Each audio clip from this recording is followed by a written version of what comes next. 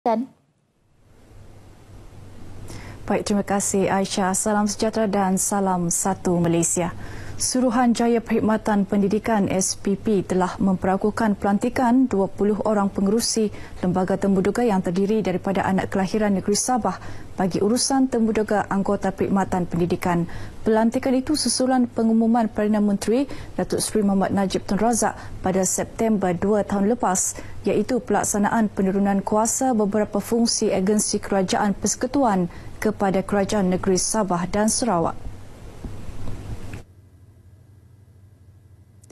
Menteri di Jabatan Perdana Menteri Datuk Joseph Entulu Blaun berkata pelantikan ini bagi memastikan 90% guru yang mengajar di Sabah dan Sarawak terdiri daripada anak kelahiran tempatan menjelang tahun 2018. Menurutnya pelantikan itu juga jelas membuktikan kepercayaan kerajaan kepada pegawai awam anak tempatan di negeri ini melaksanakan tugas melantik anggota Perkhidmatan Pendidikan Pelajaran bagi negeri Sabah. Beliau berharap anggota yang dilantik dalam tempoh pelantikan selama 2 tahun bermula 1 Mei 2017 hingga 30 April 2019 ini dapat menjalankan tanggungjawab dan amanah yang diberikan dengan penuh komitmen, berintegriti serta memenuhi ekspektasi rakyat Sabah. Datuk Joseph Entulu berucap dalam program engagement bersama Suruhanjaya Perkhidmatan Pelajaran Negeri Sabah di Auditorium Kompleks Pentadbiran Kerajaan Persekutuan Kota Kinabalu. Seramai 41 orang calon berasal dari Kota Kinabalu dan berjaya ditawarkan pelantikan tetap sebagai pegawai perkhidmatan pendidikan grade DG41 menerima pelantikan tawaran tersebut. Mereka sebahagian daripada 440 calon guru kelahiran Sabah yang akan ditempatkan di seluruh Sabah antara bulan April hingga Mei 2017. Warga Kementerian Kerajaan Tempatan dan Perumahan serta jabatan dan agensinya diingatkan terus melaksanakan amanah bagi menyampaikan perkhidmatan awam kelas pertama kepada rakyat. Menterinya Datuk Seri Panglima Haji Haji Nur berkata sebagai agensi di barisan hadapan, tanggungjawab itu tidak harus diambil mudah dan kepentingan rakyat perlu diberikan keutamaan sebagai tunjang perkhidmatan. Ia selaras hasrat dan matlamat pimpinan kerajaan yang mahu rakyat sentiasa berada dalam keadaan baik, selesa, harmoni dan selamat. Datuk Haji menyatakan demikian ketika merasmikan Sukan Kerajaan Tempatan Sabah ke-11 2017 di Padang Merdeka, Kota Kinabalu. Mengenai kejohanan ini, beliau berharap ia dapat memperkukuhkan perpaduan, menjalin sifat hormat menghormati dan semangat kerjasama yang tinggi. Ia seterusnya dapat membentuk warga perkhidmatan awam yang lebih cemerlang, berdisiplin tinggi, mempunyai semangat kerjasama yang utuh dan semangat juang yang tinggi. Sebanyak 10 pasukan dari seluruh negeri menyertai kejohanan dwi tahunan ini yang mempertandingkan 13 acara sukan. Kejayaan sambutan Regata Lepa Sempurna kali ke-24 tahun ini memperlihatkan bahawa masyarakat sempurna mempunyai budaya yang menarik dan unik serta mampu mengangkat martabat etnik Bajau di negeri ini. Pembantu Menteri Keuangan Datuk Ramli Marhaban berkata kejayaan itu sekaligus mempromosi budaya etnik Bajau di peringkat antarabangsa. Katanya walaupun sambutan kali ini sederhana, namun ia menarik kehadiran pengunjung menyaksikan seterusnya mengenali sosio budaya etnik berkenaan. Pada kali ini saya lihat Regata Lepa tahun 2017, walaupun kita mempunyai sebenarnya bajet yang agak terhad, tapi tidak bermakna bajet itu kita tidak dapat memeriahkan, kita tidak dapat mencapai kemuncak. Yang melambangkan juga Regata Lepa itu sambutannya meriah. Ya, kita boleh bayangkan kalau kita bandingkan kalau dulu peruntukan daripada mana-mana mungkin lebih banyak daripada peruntukan ini. Tapi saya selaku pengurusi penganjur, saya ulang balik, pengurusi penganjur kita dapat meletakkan Regata Lepa tahun ini sambutannya cukup meriah. Beliau ditemui pemberita RTM di Semporna ketika diminta mengulas penganjuran Regata Lepa baru-baru ini. Datuk Ramli yang juga pengerusi bersama penganjuran sambutan itu percaya Pesta Regata Lepa secara tidak langsung membuka ruang dan peluang kepada komuniti setempat menjana pendapatan menerusi jualan di gerai-gerai. Festival Antarabangsa Gasing dan Tamu Besar Sipitang Gata 2017 kali ke-7 yang akan diadakan secara besar-besaran di Sipitang bermula 28 hingga 30 April ini dilihat dapat mempromosikan sektor pelancongan di samping memasyarakatkan warisan dan budaya daerah berkenaan.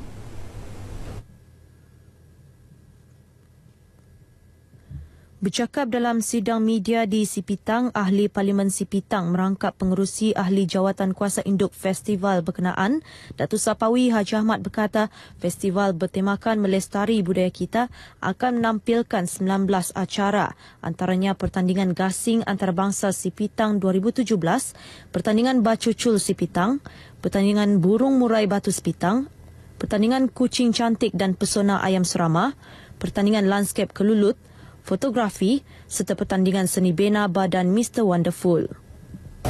Ini menjadi salah satu program yang faktor pemersatu rakyat di Sipitang ini melalui lestari budaya. Sebab itu bila kita angkat program ini, dia begitu mendapat sokongan daripada berbagai kaum, berbagai budaya, berbagai suku bahasa tanpa mengira agama. Festival berkenaan akan turut dimeriahkan dengan karnival makanan tradisi, tarik tali antarabangsa, karnival antarabangsa muzik dan tarian etnik Sipitang, perarakan tanglung dan basikal berhias serta pertunjukan fashion.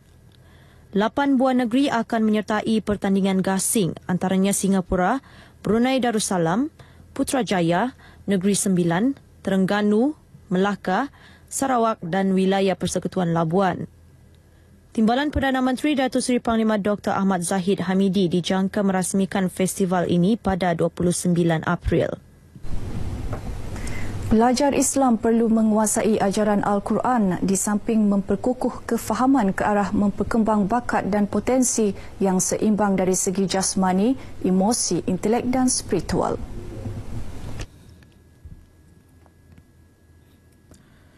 Menurut Timbalan Pengarah Jabatan Pendidikan Negeri, Datuk Dr. Haji Kasim Haji Muhammad Ibrahim, penghayatan yang betul dan mendalam terhadap Al-Quran menyumbang kepada tingkah laku dan pemikiran pelajar yang positif. Asas Al-Quran ini memang kita mantapkan kepada anak-anak kita sebab dalam falsafah pendidikan dan juga dalam PPPM kita, aspirasi murid itu juga menekankan tentang asas yang kukuh ini, dan bila asas yang kukuh ini dapat dipupuk di kalangan pelajar, dan kita percaya dia akan menjadi benteng penting kepada anak murid kita untuk mendapati cabaran di luar sana dengan bermacam-macam cabaran. Beliau ditemui pemberita RTM sempena Majlis Tadarus Al-Quran dan Festival Nasyid Sekolah-Sekolah Kementerian Pendidikan Malaysia peringkat negeri Sabah di Sekolah Menengah Kebangsaan SMK Keningau 2 Keningau. Majlis perasmian disempurnakan Pembantu Menteri Pembangunan Luar Bandar, Datuk Haji Sairin Haji Karno. Muhammad Hamzan Ejon dari bahagian utara dan Nur Izzatul Balkish Saharudin dari bahagian tenggara dinobat sebagai Kori dan Kori A bagi kategori sekolah menengah, manakala Azmi Rashid dan Zulfa Ahmad Kamil masing-masing dari bahagian tenggara, Johan Kori dan Kori A bagi kategori sekolah rendah. Kesemua mereka akan mewakili Sabah ke Majlis Tadarus Al-Quran Sekolah-Sekolah Kementerian Pendidikan Malaysia peringkat kebangsaan yang akan berlangsung di Melaka. Sementara kumpulan nasyid Izni dari SMK Keningau 2 dan kumpulan nasyid Al-Insyirah dari SK Pasir Putih dinobatkan jauhan pertandingan nasyid bagi kategori sekolah menengah dan rendah. Kumpulan berkenaan akan mewakili Sabah ke peringkat kebangsaan di Perak. Sebanyak 11 kumpulan daripada 8 organisasi menyertai Convention Mini Team Excellent Wilayah Sabah 2017, Anjuran Perbadanan Produktiviti Malaysia MPC di Hotel Tabung Haji Kota Kinabalu. Antara organisasi terlibat Jabatan Pengangkutan Jalan Negeri Sabah, Jabatan Pengairan dan Saliran Wilayah Persekutuan Labuan, Kolej Matrikulasi Labuan, Perpustakaan Negeri Sabah dan Perbadanan Labuan. Berucap merasmikan majlis penutupan ini, Ahli Lembaga Pengarah MPC Datuk Awang Butamam Awang Mahmud menyambut baik program ini kerana berupaya menggalakkan pembudayaan minda kreatif dan inovatif dalam kalangan warga kerja negara bagi memacu ekonomi ke arah ekonomi berpendapatan tinggi. Menurutnya, melalui projek yang dibentangkan, setiap kumpulan membawa kepada penjimatan terkumpul sebanyak 1.3 juta ringgit yang mana berupaya menjimatkan kos sekaligus mempertingkatkan tahap kecekapan warga kerja. Statistik juga membuktikan aktiviti kumpulan inovatif dan kreatif dapat memberi impak besar kepada organisasi untuk lebih berdaya saing dalam menghadapi era globalisasi yang lebih kompetitif. Sehubungan itu, beliau menyeru ketua organisasi dan agensi agar menggalakkan aktiviti kreativiti dan inovasi dalam usaha mempelbagaikan produk baharu, menambah baik kaedah dan cara dalam memberikan perkhidmatan serta mengeluarkan produk yang berdaya saing. Terdahulu, pengarah MPC Nur Zirin Arifin berkata, antara bentuk projek yang dibentangkan iaitu 5 projek menjurus kepada meningkatkan kecekapan kerja, 3 projek menghasilkan breakthrough dalam inovasi produk dan 3 lagi memfokuskan kepada mengurangkan pembaziran masa.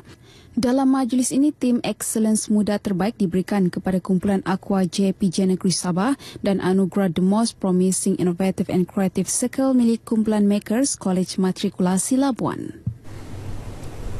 Pasangan kembar Teo Kim Chi dan Teo Kim Ling dari Politeknik Tuanku Sultanah Bahiyah Kedah memecahkan rekod dalam kejohanan olahraga Majlis Sukan Politeknik Malaysia MSP kali ke-9 yang berlangsung di Kota Kinabalu.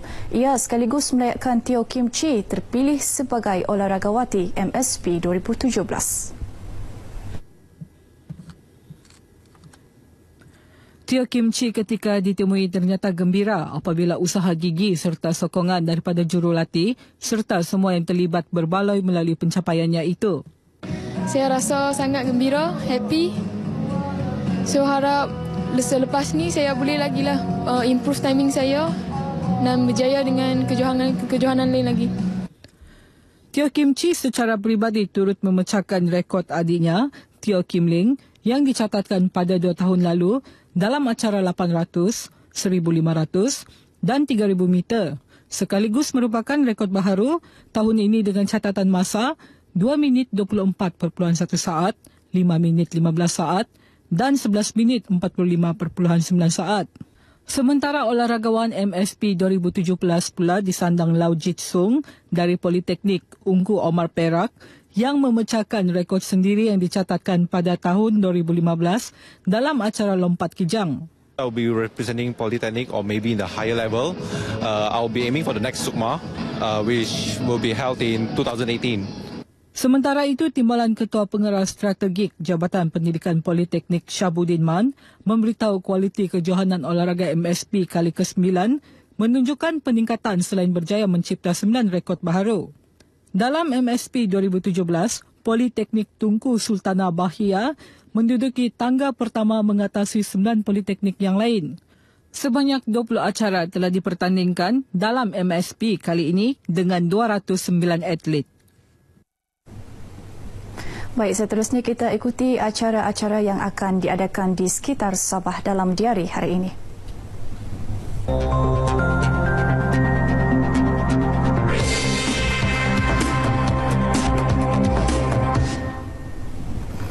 Pada pukul 8.45 pagi akan berlangsung pelancaran mesin cetak MyCard di Jabatan Pendaftaran Negara Daerah Sipitang.